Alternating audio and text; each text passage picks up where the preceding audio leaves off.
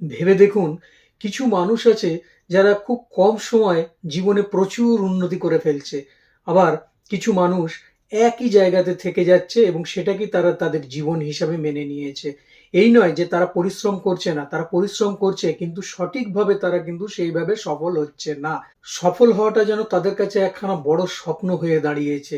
তাদের ভেতরে ট্যালেন্ট নেই তা নয়, তারা পরিশ্রম করছে না তাও নয়, তাদের ভেতরে যথেষ্ট ট্যালেন্ট রয়েছে, তারা পরিশ্রম করছে তা সত্ত্বেও কিন্তু কোনো না কোনো জায়গা থেকে তারা এমনভাবে আষ্টে পিষ্টে বেঁধে গেছে যে তাদের উন্নতিটা কোনোভাবেই হচ্ছে না, বা তাদের যে রোজগারের জায়গা সেটাও সেইভাবে কিন্তু উন্নতির জায়গা কোনোভাবে নিয়ে আসছে না।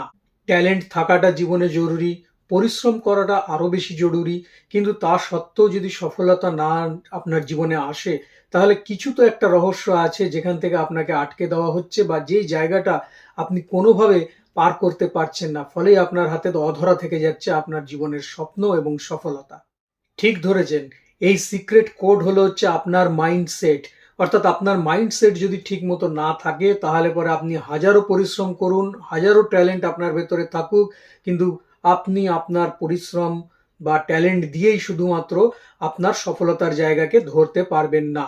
সবসময় যেন আপনাকে একটা বিলো অ্যাভারেজের মধ্যেই নিয়ে যাবে, আপনার যে উন্নতির জায়গাটা সেটা কোনো না কোনোভাবে আটকে দেবে। কে বলুন তো এই মাইন্ডসেট? ঠিক ধরেছেন, এই সিক্রেট কোডটা হলো আপনার নিজের লগ্ন। এইটাকে যদি আপনি ডিকোড ঠিকভাবে না করতে পারেন, তাহলে পরে কিন্তু আপনাকে সেই প্যারালালি একটা জায়গা দিয়ে যেতে হবে, আপনার গ্রাফ কিছুতেই ওপরে উঠবে না। এই সিক্রেট কোডকে যদি আপনি ডিকোড সত্যিভাবে করতে পারেন, তাহলে পরে আপনি বুঝতে পারবেন যে প্রকৃতি আপনাকে কেন এই ধরাতে নিয়ে এসেছে, কিভাবে আপনার মাইন্ডসেটকে ঠিক করে এগিয়ে যেতে হবে সফলতাকে ধরবার জন্য। যদি আপনাদের সামনে জন্মছক থাকে, জন্মছক খুলে বসুন, সেখানে যেই ঘরটার ভেতরে লং বলে কথাটা লেখা রয়েছে, অথবা আপনাদের যদি ইংরেজিতে কোনো কুষ্টি বা জন্মছক থাকে, সেখানে অ্যাসেন্ডেন্ট বলে যে জায়গাটা লেখা রয়েছে সেটাই হচ্ছে আপনাদের লগ্ন, এবং সেই ঘরের যে মালিক সে হচ্ছে লগ্নপতি বা লগ্নেশ অথবা লগ্নের স্বামী। এইবারে সেই লগ্নের স্বামী কোথায় আছে সেই অনুযায়ী আপনার মাইন্ডসেট তৈরি হবে এবং আপনাকে কর্ম নির্দেশ করবে।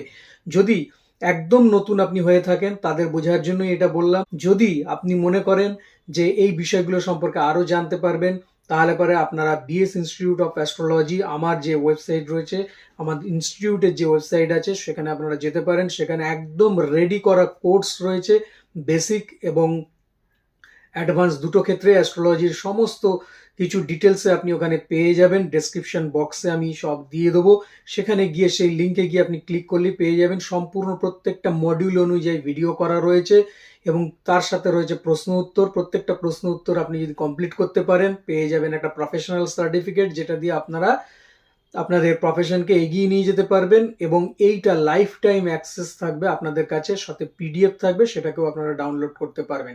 তাহলে চলুন জেনে নিই যে আমাদের যে মাইন্ডসেট আছে সেই মাইন্ডসেটকে কিভাবে আমরা এগিয়ে নিয়ে যেতে পারি, এবং আমাদের কর্ম কি চাইছে, এবং আমাদের লগ্নের ভাবপতি যিনি রয়েছেন তিনি কোথায় বসে রয়েছে সেই অনুযায়ী আমাদের কর্ম। যারা এখনো পর্যন্ত আমার চ্যানেল দেখছেন অথচ সাবস্ক্রাইব করেননি, অবিলম্বে চ্যানেলটিকে সাবস্ক্রাইব করুন এবং পাশে থাকা বেল আইকনটি প্রেস করে দিন পরপর নোটিফিকেশন পাওয়ার জন্য।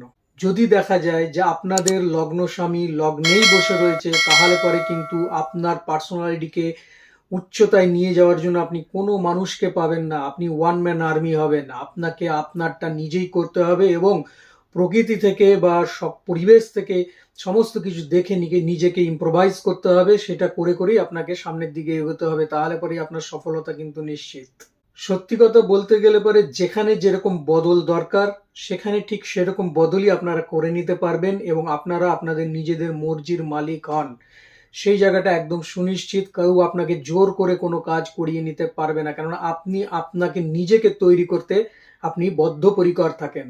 আর লগ্নপতি লগ্নে থাকা সত্ত্বেও যদি আপনি নিজের ভেতরে বদল না আনেন, নিজেকে ইম্প্রোভাইজ না করেন, তাহলে পরে কিন্তু আপনার জীবনে একটা স্থিরতা চলে আসবে, আপনি একই জায়গাতে থেকে যাবেন। কাজেই এখনো সময় আছে, সময় অনুযায়ী নিজেকে বদলান।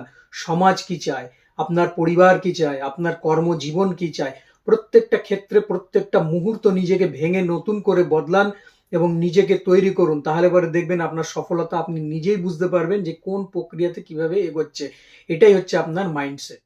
লগ্ন স্বামী যদি আপনাদের দ্বিতীয় ভাবে বা সেকেন্ড হাউসে থাকে, তাহলে পরে সেখানে কিন্তু আপনার যে এনার্জি আছে সেটা থাকবে আপনার পরিবারের প্রতি, আপনার ইটিং হ্যাবিটসের প্রতি এবং আপনার যে কথাবার্তা সেই বলবার টেকনিকের উপরে।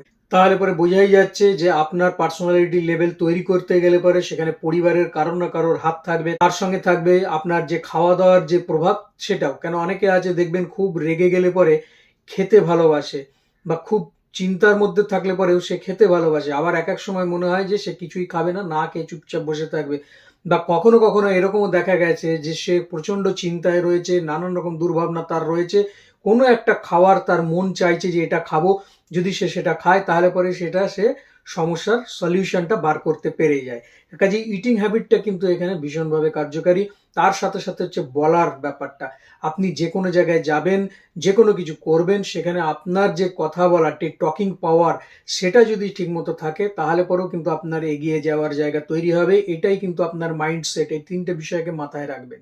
এছাড়াও যেটা বলতে হয় সেটা হচ্ছে একটা মানি ফ্যাক্টর। যেহেতু দ্বিতীয় স্থানে আপনার লগ্নপতি বসে রয়েছে, যার জন্য কিন্তু একটা মানি ফ্যাক্টর, আপনার সবসময় একটা অর্থের প্রতি একটা ঝোঁক থাকবে, টান থাকবে এবং অর্থের দ্বারা আপনি কিন্তু ভীষণভাবে মোটিভেটেড হবেন। কেননা নেম ফেম পরে দেখা যাবে, আগে আমার অর্থ আসুক, এই ব্যাপারটা কিন্তু আপনাদের মাইন্ডসেটে থাকে এবং আপনারা যদি সেই লক্ষ্যেই এগোন তাহলে পরেই কিন্তু আপনাদের জীবনে উন্নতির জায়গা তৈরি হয়ে যাবে। থার্ড হাউসে যদি আপনাদের লগ্নপতি বা লগ্নেশ ওখানে বসে থাকে, তাহলে পরে আপনারা কিন্তু ভীষণভাবে কমিউনিকেটিভ হবেন, সবার সাথে যোগাযোগ রাখবেন, সবার সাথে হেসে কথা বলবেন এবং একটা অপরিচিত লোককেও কিন্তু আপনি নিজের আপন জায়গায় করে নিতে পারবেন। আপনারা যদি সাধারণত জার্নালিজমের সাথে যুক্ত থাকেন বা পাবলিক রিলেটেড জবের সাথে যুক্ত থাকেন, তাহলে পরে কিন্তু আপনাদের অসম্ভব উন্নতির জায়গা তৈরি করা একটা জায়গা পাওয়া যাচ্ছে, সেখান থেকে আপনাদের তৈরি হবে এবং এই কমিউনিকেট করাটাই হচ্ছে আপনাদের একটা মাইন্ডসেট।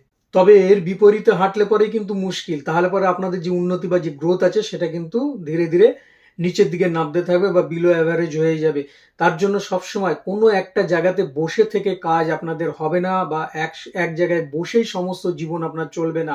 আপনাকে ছুটতে হবে, দৌড়তে হবে, বাইরে সকলের সাথে মিশতে হবে, কমিউনিকেশন পাওয়ারটাকে আরো বেশি আপনাকে বাড়িয়ে দিতে হবে, তাহলে পরেই কিন্তু আপনার উন্নতির সোপান তৈরি হবে। নাহলে পরে আপনার ভেতরে যতই ট্যালেন্ট থাকুক সেই ট্যালেন্টকে আপনি বাইরে নিয়ে আসতে পারবেন না। এবং এইটাই চাইছে প্রকৃতি আপনার কাছে, যে আপনি আপনার ট্যালেন্টকে বার করবার জন্য মানুষের সাথে মিশুন, কমিউনিকেট করুন এবং এক জায়গায় থাকবেন না, আপনি ঘুরে ঘুরে বেড়ান এবং সকলের সাথে যোগাযোগ রাখুন। এটা আপনার মাইন্ডসেট করে নিয়ে আপনাকে এগোতে হবে। যদি ফোর্থ হাউস অথবা চতুর্থ ভাবে আপনাদের লগ্নপতি থাকে, তাহলে পরে চতুর্থ ভাব হচ্ছে আমাদের মনের ভাব। আপনারা কিন্তু সবসময় নিজেদেরকে কমফোর্ট জোনে রাখতে খুব ভালোবাসবেন এবং সবসময় মনে হবে নিজের ঘর নিজের কাছে সবচেয়ে বড় মোটিভেশনের জায়গা, এবং সেখান থেকেই আপনারা কিন্তু ভীষণভাবে মোটিভেটেড হবেন।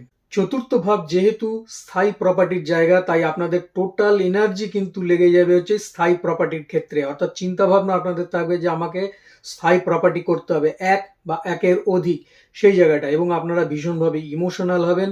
তবে সব থেকে বড় কথা হচ্ছে সেটা হচ্ছে নিজের ইমোশনকে যদি আপনি আপনার জীবনের সাথে বেঁধে নেন, তাহলে পরেই কিন্তু জীবনে উন্নতির জায়গা।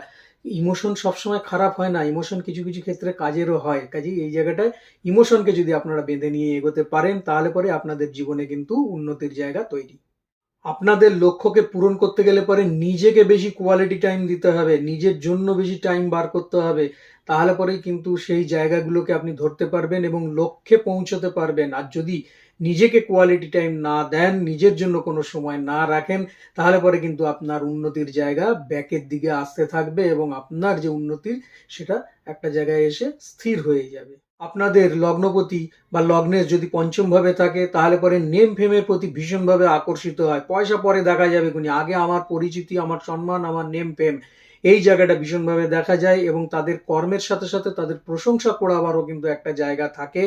কেননা একটা কাজ করলো, কেউ প্রশংসা করলো না, তাহলে পরে কিন্তু তারা ধৈর্য হারাবে, মেজাজ হারাবে, এই জায়গাটা এদের ভেতরে তৈরি হয়। তাই কাজে মাইন্ডসেট এমনভাবে তাদের তৈরি করতে হবে বা রাখতে হবে মাইন্ডসেটটা, যে আমি যে কাজ করব সে কাজে আমি সেরা। অর্থাৎ আমাকে একটা অথরিটি হতে হবে এবং আমি হচ্ছি ফাইনাল যে কোনো সলিউশন মেকার। অর্থাৎ আপনি যে কোনো কাজ করবেন সেটার সমস্যার সমাধান আপনি স্থির করবেন যে কিভাবে সেই সমস্যাকে সমাধান করা যায়। এর প্রতি যদি আপনার ফোকাস থাকে তাহলে পরেই আপনার লক্ষ্যে বা আপনার সফলতার দিকে আপনি কিন্তু এগিয়ে যেতে পারবেন। সেক্ষেত্রে আপনি প্রথমেই অর্থের চিন্তা করবেন না, কেন পঞ্চমী যদি লগ্নপতি থাকে তাহলে তার চিন্তাই থাকে যে আমার নেম ফেম কি করে বাড়বে, আমি কি করে সম্মানের জায়গায় পৌঁছাতে পারবো। আর আপনি যদি কাজ করার পরে কেউ আপনার সম্মান না করে, প্রশংসা না করে, তাহলে পরে কিন্তু আপনার পার্সোনালিটি ডাউনফল হতে থাকে এবং একটা সমস্যার মধ্যে থাকে, সেইভাবে কিন্তু আপনারা কাজ করতে পারবেন না। কাজেই এমন কাজের সাথে আপনারা যুক্ত থাকুন যে কাজে আপনাদের প্রশংসা হয়, আপনাদের নাম বাড়ে, ফেম বাড়ে। এই জায়গাগুলোর প্রতি নজর রেখে মাইন্ডসেট করুন। যদি 6th হাউসে অর্থাৎ ষষ্ঠভাবে যদি আপনার লগ্নপতি থাকে তাহলে পরে প্রচন্ড রকমের হার্ড ওয়ার্ক করতে হবে। প্রত্যেকটা সমস্যার সমাধানের জন্য নিজেকে এগিয়ে যেতে হবে। যেরকম একদিকে আপনাকে সমস্যার সমাধান করতে হবে, সেরকম অপরদিকে শত্রুর সাথে খুব দৃঢ় হাতে মোকাবেলাও কিন্তু করতে হবে। কাজেই আপনাদের কারুর যদি লগ্নপতি ষষ্ঠভাবে থাকে তাহলে পরে আপনাকে ওয়ান ম্যান আর্মি হতে হবে এবং নিজের সমস্যার সমাধান নিজেকেই করতে হবে। তাতে আপনার যত বাধাই আসুক না কেন, এবং ফোকাস আপনাকে সেখানে রাখতে হবে, মাইন্ডসেট সেটা করে এগোতে হবে। যদি মনে করেন যে আমার সমস্যা বা আমি কোন রকম ঝামেলায় পড়েছি, কেউ এসে আমাকে বাঁচাবে, উদ্ধার করবে বা সলিউশন জানিয়ে দিয়ে যাবে, তাহলে পরে কিন্তু আপনার গতি ধীর হয়ে যাবে এবং আপনি কিন্তু সেই পথে সঠিকভাবে এগোতে পারবেন না বা সফলতা পারবেন না নিতে। কাজেই আপনাকে যেটা করতে হবে সেটা হচ্ছে আপনারটা আপনাকে লড়তে হবে এবং আপনাকে ওয়ান ম্যান আর্মি হিসাবেই লড়তে হবে, তাহলে পরে কিন্তু আপনার সফলতার জায়গা নিশ্চিত। যদি লগ্নপতি আপনাদের সপ্তম ভাবে থাকে তাহলে পরে কি হয়, এদের ভেতরে কোনো স্টাফ মেটেরিয়াল থাকে না। এরা হয় সবসময় ওনার মেটেরিয়াল এদের ভেতরে থাকে, মালিক। কেননা এরা যে সিদ্ধান্ত নেয় বা যে কর্মসংস্থান করে সেটা নিজেই তৈরি করে এবং অন্যকে সেই জায়গাতে এসে ইনভলভ করায়। কারোর আন্ডারে থেকে কাজ করবার মতন মানসিকতা এদের ভেতরে সাধারণত থাকে না। সাধারণত দেখা গেছে বিয়ের পরেই কিন্তু এদের সেরকম সার্বিক উন্নতির জায়গাটা পাওয়া যায়। এরা কারুর কাছ থেকে অর্ডার নেওয়া একদম পছন্দ করে না, বরঞ্চ এরা কাউকে অর্ডার দিয়ে কাজ করতে ভালোবাসে বা তাদেরকে নির্দেশনা করতে ভালোবাসে এবং এটাই তাদের জীবনে উন্নতির একটা সোপান তৈরি করে। যদি সে কারুর আন্ডারে কাজ করে, যদি কারুর অর্ডার নিয়ে কাজ করে, তাহলে পরে সে কিন্তু ওই গতানুগতিক জীবনের গতিতেই এগিয়ে যাবে, তার সেই উন্নতির জায়গা আসবে না। কিন্তু যদি নিজে কর্মসংস্থানের জায়গা তৈরি করে এবং নিজের আন্ডারে লোককে নিয়ে এসে নির্দেশনা দিয়ে কাজ করে, তাহলে পরে কিন্তু এদের উন্নতির জায়গা ভীষণভাবে হয় এবং সফলতা জীবনে প্রচুর আসে। যাদের লগ্নপতি অষ্টম ভাবে বসে আছে, অর্থাৎ লগ্নেশ অষ্টম ভাবে বসে রয়েছে, এদের ভেতরে একটা নেচার থাকে যে আমরা সবার কথা জেনে নেবো, সবার বিষয় জেনে নেবো, কিন্তু আমার বিষয় কেউ জানতে পারবে না। এবং এটাই তাদের গুড মাইন্ডসেট। কেননা যদি কোনোভাবে কর্মস্থানে হোক, ব্যবসা স্থানে হোক বা তার প্রফেশনাল লাইফ বা সামাজিক লাইফে যদি তাদের পোর্টফোলিও যদি ওপেন হয়ে যায়, তাহলে পরে কিন্তু এদের সেই উন্নতির জায়গা বা উন্নতির ধারা কোনো রকম ভাবে আটকে যায়। কিন্তু এরা যদি ব্যাক সাইডে থেকে এদের যে প্রচার বিমুখ হয়ে এবং তারা যদি পেছন থেকে কাজ করে যায়, তাহলে পরে এদের উন্নতির জায়গা ভীষণভাবে তৈরি হয়ে যায়। অর্থাৎ রহস্যময়তার মধ্যে দিয়ে তাদের উন্নতির জায়গা তৈরি হবে বা গোপনভাবে উন্নতি হবে। একদম খোলামেলা হয়ে কারোর সামনে এসে চলে এলো, সামনে এসে দাঁড়ালো বা সে তার নিজের সম্পর্কে সবকিছু বললো বা পাবলিক জেনে গেল, তাহলে পরে কিন্তু এদের উন্নতির জায়গা সেভাবে তৈরি হবে না, কোনো না কোনো বিষয় গিয়ে একটা জায়গাতে আটকে যাবে। কাজে এদের মাইন্ডসেট এমনই দরকার, যেটা হচ্ছে যে আমি কাজ করব কিন্তু ব্যাক সাইডে কাজ করব এবং সেখান থেকে সমস্ত কিছুকে আমি কন্ট্রোল করব। সেই পরিস্থিতির মধ্যে দিয়ে যদি এরা কাজ করে বা থাকে, তাহলে পরেই কিন্তু এদের উন্নতির জায়গা 100% তৈরি হয়ে যাবে। বলতে পারেন সবসময় একটা ব্র্যাকেটের মধ্যে থাকা, একেবারে ওপেন নয়। ব্র্যাকেটের কিন্তু গুরুত্ব সবচেয়ে বেশি। কাজে একটা ব্র্যাকেটের মধ্যে থাকতে হবে। ওপেন টু অল হয়ে গেলে পরে তাহলে পরেই তাদের উন্নতির যে সমস্যা সেটা তৈরি হতে পারে। লগ্নেশ যদি থাকে নবম ভাবে, তাহলে পরে এরা সাধারণত ভীষণভাবে একটু জ্ঞানী প্রকৃতির হয়। যে কোনো কিছু বিষয় নিয়ে এরা আলোচনা করে, জ্ঞান সম্পর্কিত বিষয় নিয়ে, এবং তার সাথে সাথে এরা কিন্তু নিত্য নতুন জিনিস শিখতে আগ্রহী হয়। এদের ভেতরে একটা কৌতূহল থাকে যে আমি আজকে এটা শিখবো, কালকে ওটা শিখবো, যাতে আমার আরো জ্ঞান বৃদ্ধি হয়। এই জায়গাটা তৈরি করেই কিন্তু এরা মাইন্ডসেট তৈরি করে নেয় এবং এটাই এদের মাইন্ডসেট হওয়া উচিত। এক কথায় এরা লার্নিং শেষ করে আর্নিং শুরু করে। তার জন্য এদের নিত্য নতুন কোনো জিনিসের সাথে সবসময় জুড়ে থাকা উচিত এবং তারা যেন সবসময় নিজেদেরকে ইম্প্রোভাইজ করে যে আজকে এইরকম রয়েছে, কালকে আমার এই চলছে, আমি চলো এই জায়গাটায় নতুন শিক্ষা শিখে নিজেকে আরো বেশি ডেভেলপ তৈরি করি। এই জায়গাটা যদি করতে পারে, তাহলে পরে তাদের সফলতার রং নিয়ে আসবেই আসবে। যদি লগ্নপতি দশম ভাবে থাকে, তাহলে পরে কিন্তু এরা কাজের প্রতি ভীষণভাবে স্পেশালিস্ট হয়। যে কোনো কাজ, যা কাজ করুক না কেন সেই কাজে একটা নিত্য নতুন ধারা থাকে এবং স্পেশাল তারা কাজ সেক্ষেত্রে করতে থাকে। যদি তাদের ভেতরে সেই স্পেশালিটি ব্যাপারটা না থাকে, তারা যদি স্পেশালাইজেশন না করে, এটা কোনো ইনস্টিটিউটে গিয়ে স্পেশালাইজেশন করতে হবে না, এটা হচ্ছে তার কর্মের দক্ষতা, কর্মের জায়গা থেকে তাকে স্পেশালিটি তৈরি করে দেয়। সেই জায়গাটা যদি তার চলে না আসে, তাহলে পরে তার ক্ষেত্রে কিন্তু সফলতা অধরা থাকে এবং তার পার্সোনালিটি ডাউনফল হতে থাকে। তাই নিজের কাজের প্রতি যদি এক্সপার্ট না হয় এবং প্রতিনিয়ত যদি সেটাকে না শিখে, না জেনে যদি সে স্পেশালভাবে একটা জিনিস তৈরি না করে, ক্রিয়েট না করে, তাহলে পরে সমস্যা হয়। আর যদি এটা করতে পারে, তাহলে পরে সফলতার চূড়ায় তারা উঠতে অবশ্যই পারে এবং তারা নিজেদেরকে একটা অথরিটি হিসাবে মানুষের সামনে দাঁড় করাতে পারে। একাদশ ভাব বা 11 নম্বর ঘরে যদি লগ্নপতি থাকে কারুর, তাহলে পরে এরা সবসময় প্রফিট ওরিয়েন্টেড হয়, অর্থাৎ যে কোনো কিছুতেই তারা কিন্তু লাভের একটা জায়গা দেখে, সেটা সম্পর্কের সাথে হোক বা সেটা তার কাজের ক্ষেত্রে হোক, কর্মসূত্রে হোক, যে কোনো ক্ষেত্রে হোক, সে কিন্তু সবসময় চিন্তা করে এটা করব, এতে আমার কি প্রফিট থাকবে, এটা করলে পরে আমার কোনো লস হয়ে যাবে না তো। কাজে এরা সবসময় প্রফিট ওরিয়েন্টেড হয় এবং এই জায়গাটাই কিন্তু এদেরকে জীবনে অনেকটা এগিয়ে নিয়ে যায় এবং এদের সিদ্ধান্তে কোনো সময় সেভাবে ভুলভাবে কিছু আসে না। যদি সে প্রফিট ওরিয়েন্টেড না হয়, যদি মনে করে ঠিক আছে যেমন হচ্ছে হোক, আমার চিন্তা ভাবনার কিচ্ছু নেই, যেমন চলছে সেরকম ভাবে আমার তাই দিয়ে প্রফিটের ব্যাপার নেই, তাহলে পরে কিন্তু এরা ঠিকভাবে নিজেদেরকে জাস্টিফাই করতে পারে না।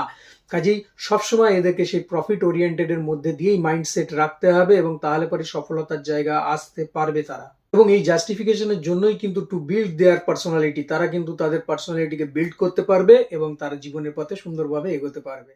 12th হাউস, এই 12 নম্বর ঘরে যদি লগ্নপতির অবস্থান থাকে, তাহলে পরে এদের এটা হচ্ছে ত্যাগের ঘর। কাজেই যারা এদের জীবনে ভ্যালু অ্যাড করতে পারছে না কোনোভাবে, তাদেরকে এদের ত্যাগ করে দেওয়া উচিত। যদি ত্যাগ না করতে পারে, তাহলে পরে কিন্তু জীবনের উন্নতি এক জায়গাতেই স্টে করে যায়, আর তারা কিন্তু আর সেইভাবে এগোতে পারে না। কিন্তু যারা ভ্যালু অ্যাডেড করতে পারছে না, তাদেরকে ত্যাগ করে দিলে পরে এরা সামনের পথ দেখতে পারে এবং সুন্দরভাবে এগিয়ে যেতে পারে।